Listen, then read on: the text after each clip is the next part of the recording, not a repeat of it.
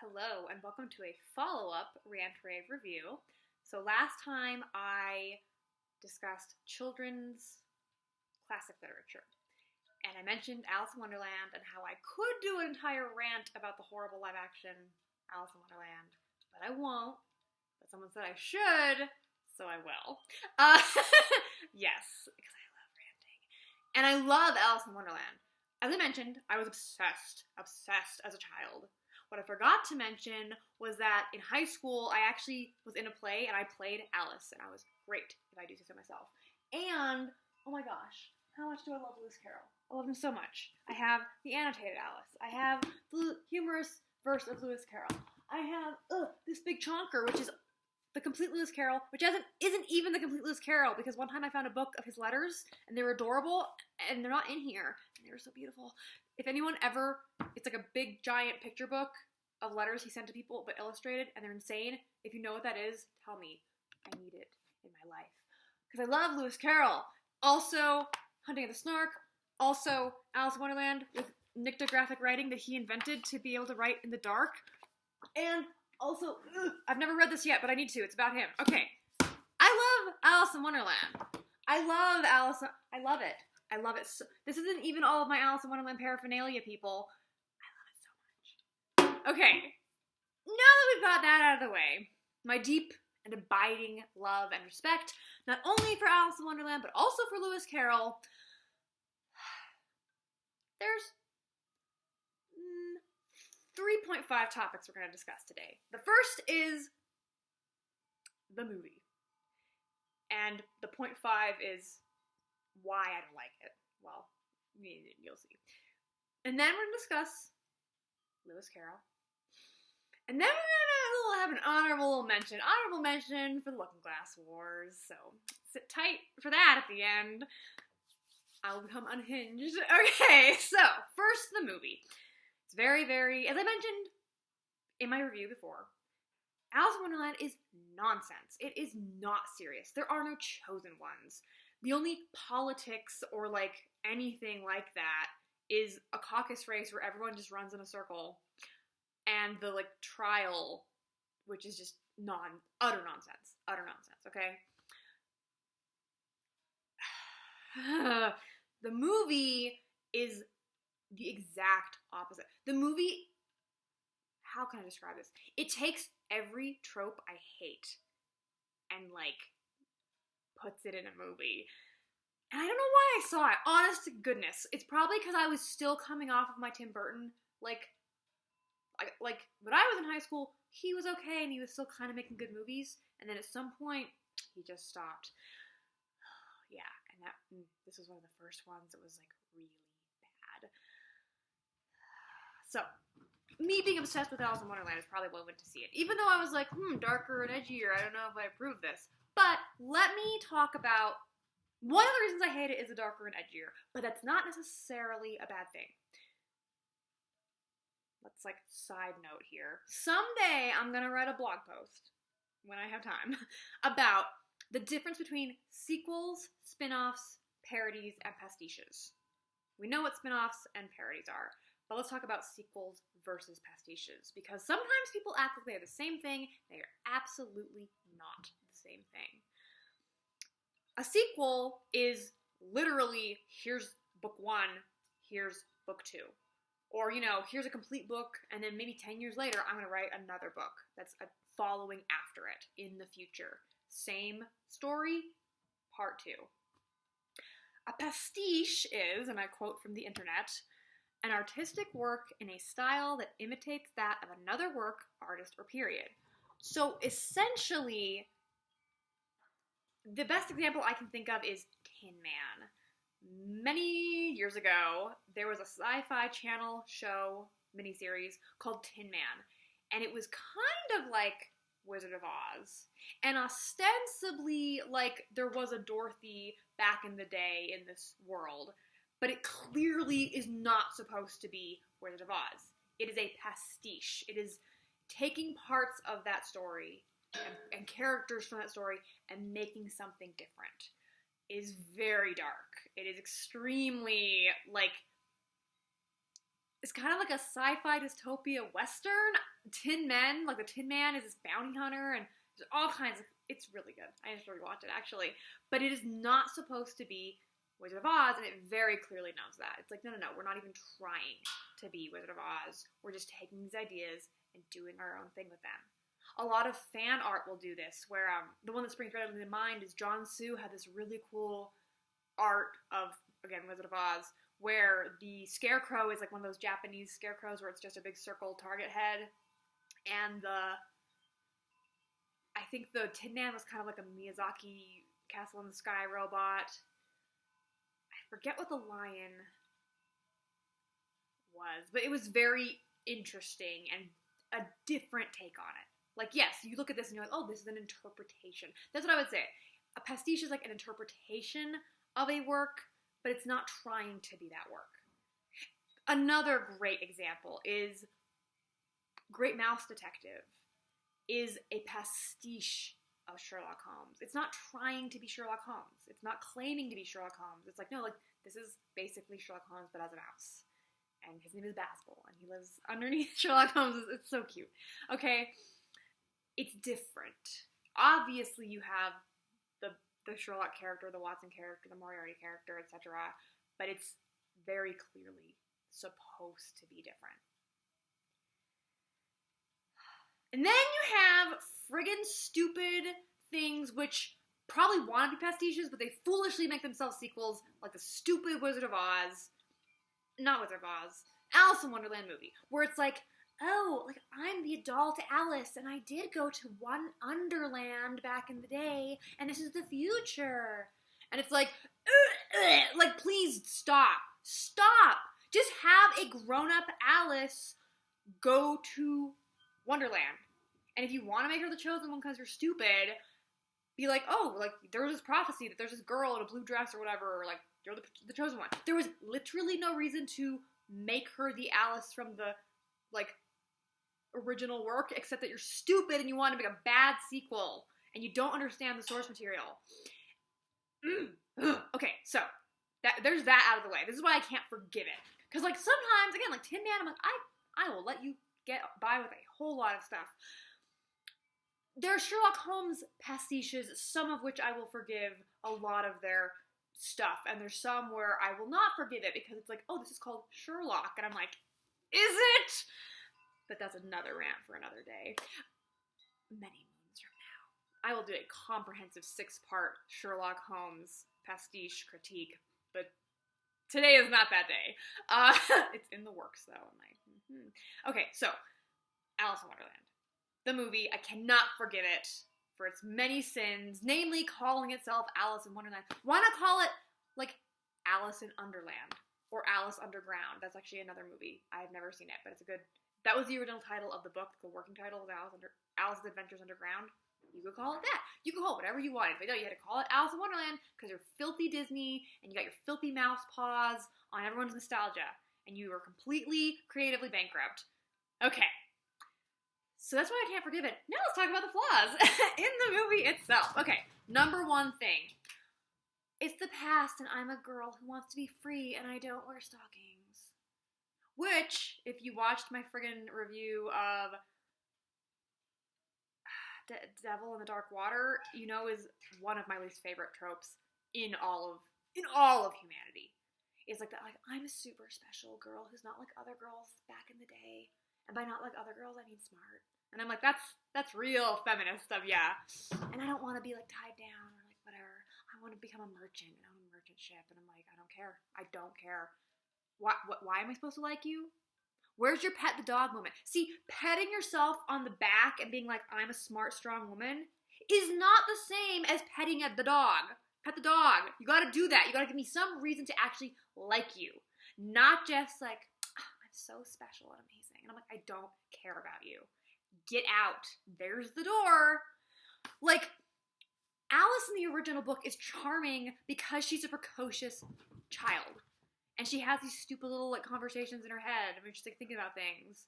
And, like, she's disarming. That's how I would describe her character. I was like, she's just a weird kid who thinks weird kid thoughts. Like, you don't... If you have a character who's, like, weird enough or not good at things enough, you don't have to have a pet the dog moment, because they are the dog. I'm like, okay, this is very confusing. But yeah, no, like little children or people who are clumsy. Like, if you have a character who's clumsy, I'm like, I like them. Like, or if you have a character who's kind of dumb, I'm like, excellent. That's what flaws are for. Flaws are not to make characters relatable. Flaws are meant to make characters lovable. And you want to protect them. Like, there's some, I think it's like in Japan, there's a phrase where it's like, what is it? Basically, like, stupid children are more lovable. Fact. Like, if I see a cat and the cat is clumsy, I'm like, I love it. My little cat over there, he falls over a lot. Like, yeah, that's the kind of person I am with characters. Like, if you're just like, I'm the best person ever, and I'm also super strong, and I don't wear stockings, I'm like, die. Why don't you wear stockings? I wear stockings. It's 2021, and I still wear stockings. Like, what is non-liberating about having, like, more cloth on your body? Men are expected, you know, back in the day, men were expected to wear, like, full-on pants at all times. They didn't even have shorts back then, so, I don't know. And that's number one thing. It's so dumb. Side note, there's a really good video by Jack Saint? I was about to say Jack Chick. You didn't make that video. Jack Saint, where he points out that the whole stupid feminist message is completely undercut by the actual events that happen in Wonderland. Like, oopsie. You're bad at writing. So go watch his video. It's quite good analysis. Second thing that I hate is the chosen one. Why?